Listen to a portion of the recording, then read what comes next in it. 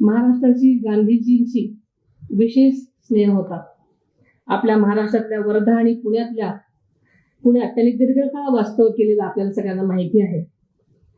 पुण्यातील त्यांचा काळ अत्यंत महत्वाचा ठरला, कारण इथं त्यांनी समाज प्रबोधन, आरोग्याने निसर्गोपचारावर त्यांनी भर दिला. निसर्गाच्या सानिध्यामध्ये प्रत्येक आजार बरा करण्याची ताकद असते, हा गांधीजींचा संदेश आजही मार्गदर्शक ठरलेला आहे. या विचारांची प्रत्यक्ष अंमलबजावणी उरुळी कांचन निसर्गोपचार आश्रम येथे पाहायला मिळते. गांधीजीचे हे विचार केवळ आरोग्यापुरते मर्यादित नाहीत, तर ते साधेपणा, स्वावलंबन आणि ग्रामीण विकासाचा व्यापक संदेश देणारे आहेत. खेड्यांकडे चला हा त्यांचा संदेश आजही तितकाच सुसंगत आहे. आज या आश्रमाचा स्थापना दिवस साजरा करत असताना आपण त्यांच्या या महान कार्याला अभिवादन करत आहोत.